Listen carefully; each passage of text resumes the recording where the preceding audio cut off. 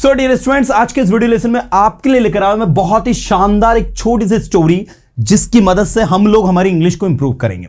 आप सबको मैं बता दूं भाई, रीडिंग जो है लैंग्वेज लर्निंग में बहुत इंपॉर्टेंट रोल प्ले करती है। अगर आप अच्छे से रीड करते हो, सारे कंटेंट को आपको समझ में आता है और समझने के बाद में you are able to speak that content in your own words, so I would say things become easy to learn dear students. तो आज हम जो करने वाला है वो एक छोटी सी स्टोरी को धमाकेदार तरीके से पढ़ेंगे और उसके अंदर जो पार्ट्स ऑफ स्पीच है उसमें कौन सा वर्ड नाउन है, प्रोनाउन है, वर्ब है, एडवर्ब है, एडजेक्टिव है, प्रीपोजिशन है, कंजंक्शन है, इंटरजेक्शन है, उसको हम लोग स्टडी करेंगे। So we have a very beautiful title, you can see the hungry mouse. The hungry mouse, the hungry mouse, hungry यहां पर एडजेक्टिव है जिसका मतलब है भूखा। यह बना है वर्ड हंगर से। हंगर मतलब होती है भूख, ठीक है। हंगर मतलब क्या होती है? भूख, और इसी से वर्ड बना है हंग्री। माउस आप समझते हो, समझाने की जरूरत नहीं है। So a mouse was having a very tough time. एक चूहे का जो है कैसा टाइम चल रहा था? टफ टाइम चल रहा था। वॉज हैविंग, देखो वॉज के साथ वर्ब में हमने आईएनजी लगाया है, मतलब हैविंग और गेटिंग। आप गेटिंग भी यूज कर सकते हो in the place of having. That a mouse was getting a very tough time, a mouse was getting a very tough time, या a mouse was having a very tough time, मतलब एक चूहे का कठिन समय चल रहा था। ये हैव यहां पर समय वाला हैव नहीं है, किसी चीज का पास होने वाला। इसका मतलब क्या है कि उसका समय जो है कठिन चल रहा था। She had no food for many days, उसके पास कोई खाना नहीं था कई दिनों तक। शी हैड नो फूड, उसने कोई खाना नहीं खाया कई दिनों तक। And made strenuous efforts to get her food, और अपने फूड को पाने के लिए उसको क्या करना पड़ा? स्ट्रीनियस एफर्ट्स करने पड़े। स्ट्रीनियस एफर्ट्स मतलब होता है कठोर प्रयास। बहुत प्यारा वर्ड है स्ट्रीनियस, ये एक एडजेक्टिव है, बिल्कुल इसको दिमाग में फिट कर लेना। इसका मतलब होता है कठोर या कठिन। स्ट्रीनियस एफर्ट्स, कठोर या कठिन। Okay, all our efforts went in vain. यहां पर एक नया फ्रेज हमें सीखने को मिल रहा है जो है गो in van. Go in van का मतलब होता है स्टूडेंट्स किसी चीज का व्यर्थ में चला जाना, किसी चीज का बेकार हो जाना, कोई काम का नहीं रहना। That's called go in vain. तो उसके सारे प्रयास जो है वो व्यर्थ में चले गए। She looked everything everywhere to find her food. उसने सब जगह ढूंढा अपने खाने को। As the days pass by, जैसे दिन बीतते गए, पास बाय नहीं होगा, पास्ड बाय होगा। कहां पर मिस्टेक होगी वो भी मैं आपको करेक्ट करते चलूंगा।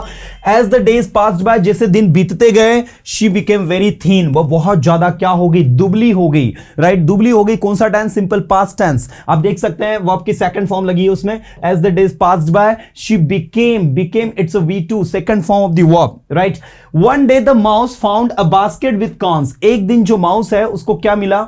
एक बास्केट मिली जो किससे भरी थी? कौन से? मक्का से। She also notice the tiny hole in the basket. उसने बास्केट में एक टाइनी होल, टाइनी समझते हैं क्या होता है? टाइनी मतलब होता है छोटा, something small in size, that's called tiny. अच्छा वर्ड है, इसको याद रखिएगा। Tiny hole in the basket, basket में उसको एक टाइनी होल मिला।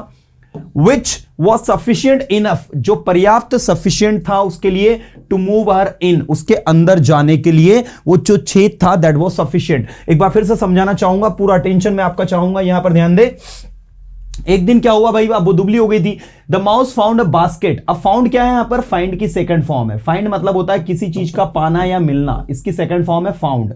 अब बास्केट, उसको क्या मिली? एक बास्केट मिली विथ कॉर्न्स, जो किससे भरी थी? मक्का से। She also notice the tiny hole in the basket, और उसने बास्केट में एक छोटा सा होल भी नोटिस किया। Which was sufficient enough to move her in, जो उसके लिए सफिशियंट इनफ था अंदर जाने के लिए। शी इजिली, अब इजिली यहां पर क्या है? एक एडवर्ब है जो किससे बना है? इजी से। इजी मतलब होता है आसान, और इजिली में आपने वाई को हटाकर ILY लगा दिया तो वो हो गया इजिली। इजिली मतलब होता है आसानी से। मूव्ड इनसाइड द होल, वो होल के अंदर आसानी से चली गई। She Since she had no foods for many days, चूंकि उसने बहुत दिनों से खाना नहीं खाया था, उसको बहुत दिनों से खाना नहीं मिला था, जो भी आप मीनिंग उसका लेना चाहते हैं उस सेंस में जाएगा। Since का मतलब यहां पर ये एक आपकी कंजंक्शन है जिसका मतलब निकल रहा है चूंकि। चूंकि उसने कई दिनों से उसके पास खाना नहीं था, खाना नहीं खाया था। She ate a large amount of corn, large amount of मतलब होता है बड़ी मात्रा में, बड़ी संख्या में, बड़ी मात्रा में उसने मक्का खाया। विदाउट रियलाइजिंग हर, बिना उसको इस चीज का एहसास हुए, शी कॉन्टिन्यूसली, कॉन्टिन्यूसली मतलब होता है किसी काम को लगातार करते रहना। She continuously ate more and more corns, वो लगातार ज्यादा से ज्यादा कॉर्न खाती रही। शी रियलाइज्ड, उसको एहसास हुआ, वेरी लेटर, बहुत बाद में, दैट की she at a lot more than she actually required, मतलब उसने कुछ ज्यादा ही खा लिया है, जितने की उसको रिक्वायर्ड है उससे कहीं ज्यादा उसने खा लिया है, उसको ये बाद में रियलाइज हुआ। After eating a whole lot of corn, बहुत सारी मक्का खाने के बाद में, after eating a whole lot of corn, she became very fat. She became very fat, वो कैसी हो गई? बहुत ज्यादा मोटी हो गई। सेटिस्फाइड विथ कॉर्न्स, मक्का से सेटिस्फाइड होकर the fat mouse tried to come out of the basket, जो मोटी चूहिया है उसने कोशिश करी किससे बाहर आने की? वो जो बास्केट है उससे बाहर आने की थ्रू द स्मॉल होल, उस छोटे से होल से जिससे वो अंदर गई थी।